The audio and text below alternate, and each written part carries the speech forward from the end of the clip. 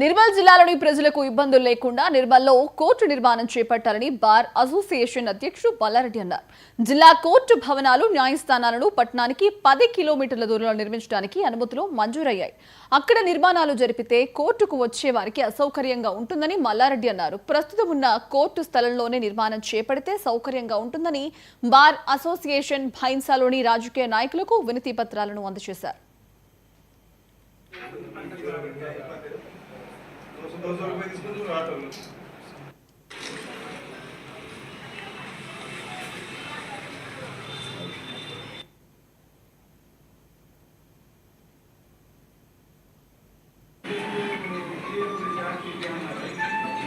మహిళా ప్రాంగణం పక్కన నిర్మించాలనేటటువంటి దానికి నిరసనగా అన్ని పార్టీల వాళ్ళని కలుపుకొని ఇది కేవలము న్యాయవాదులకు కోర్టుకు సంబంధించినటువంటి సమస్య కాదు, ఇది ప్రజలకు సంబంధించిన సమస్య. కాబట్టి ఆల్రెడీ మన నిర్మల్ జిల్లా లోపల కలెక్టరేట్ భవనమే ఊరు బయట కట్టిరు. దానివల్ల జిల్లా ప్రజలు చాలా ఇబ్బందులకు గురవుతున్నారు.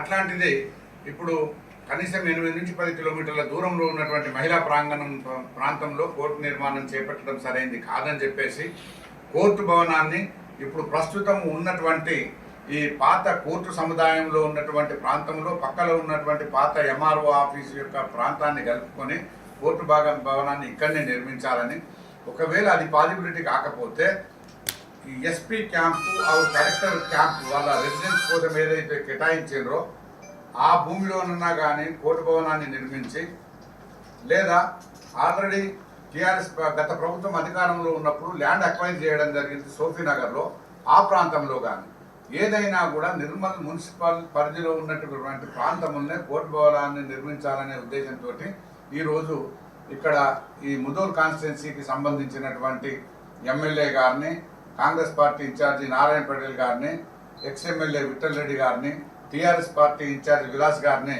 వీళ్ళందరినీ కలవడం జరిగింది. వీళ్ళందరూ కూడా వాళ్ళ పార్టీలన్నీ అందరూ సహకరించి ప్రభుత్వం మీద ఒత్తిడి